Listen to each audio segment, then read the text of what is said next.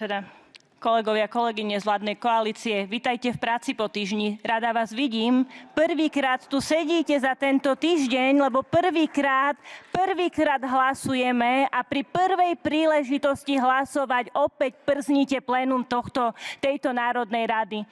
Vy ešte skrátite rozprávu aj o zákone, ktorým do budúcna na dlhú dobu skracujete defaultne rozprávu. Bravo, gratulujem. Toto je práca, za ktorú vás platia občania a občianky Slovenskej republiky. A teraz sa budem venovať tomu, kto tu hovoril posledný, navrhovateľovi tohto paškvilu. Národný lustráčik Tibor Gašpar, obžalovaný podpredseda Národnej rady z toho, že zneužíval políciu a nechal ju zneužívať na to, aby tu sledovala ľudí pre tých, ktorých potom šikanovali, zastrašovali a vydierali, si teraz takýto orgán ide zriadiť v Národnej rade. Pred chvíľou sme to počuli. S vami sa budem stretávať na mandátovom imunitnom výbore. S vami.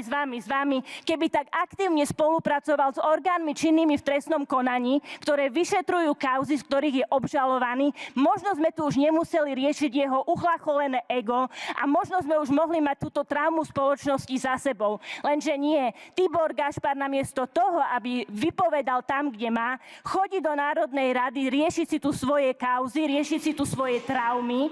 Celú republiku ťahá do pekla aj s premiérom len preto, aby sa vyhol spravodlivosti. Pani poslankyňa, Toto je účel tohto zákona. sme v treťom čítaní. Toto je účel tohto zákona. Sme v treťom čítaní. Máte sa vyjadrovať k pozmeňujúcemu návrhu. Nech sa páči.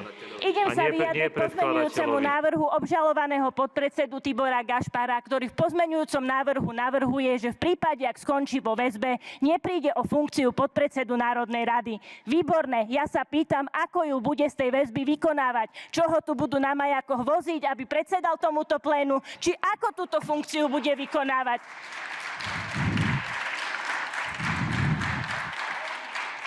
Na jakú Máriu mu tá funkcia v tej väzbe bude? Ešte aj toto. Ešte ani tejto funkcie sa nevzdá. Taký je zažratý do toho, aby sa udržal pri moci, že ešte aj vo väzbe trvá na tom, aby mal funkcie, ktoré sú súčasťou rokovania Národnej rady. A vy mi povedzte, že toto je normálne. Konečne ste tu. Nech to počujú všetci ľudia na Slovensku, ktorí každý mesiac rozmýšľajú, z čoho budú žiť, čo rieši Národná rada 4 dní. Vy to počujete prvýkrát, lebo prvýkrát tu sedíte, tak sa nad tým zamyslíte.